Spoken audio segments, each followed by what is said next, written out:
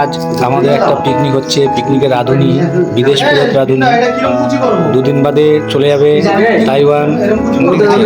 আর এখানে আছে একজন পেঁয়াজ কাটছে,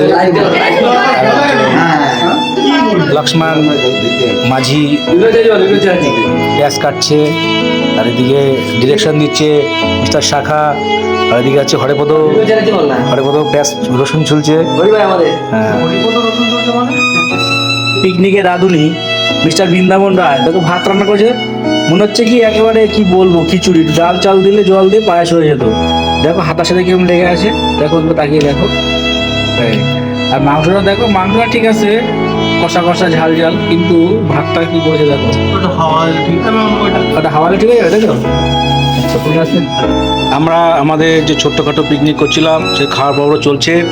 এই যে মাস্টারদা আমাদের রাঁধুনি খাচ্ছে, এই শাখা কাকার জন্মদিন, শাখার কাকার জন্মদিন, তো সে উপলক্ষে শাখা আমার দিকে না তুই কাকা খাচ্ছে। হ্যাপি বার্থডে কাকা। হ্যাপি বার্থডে কাকা। Happy birthday.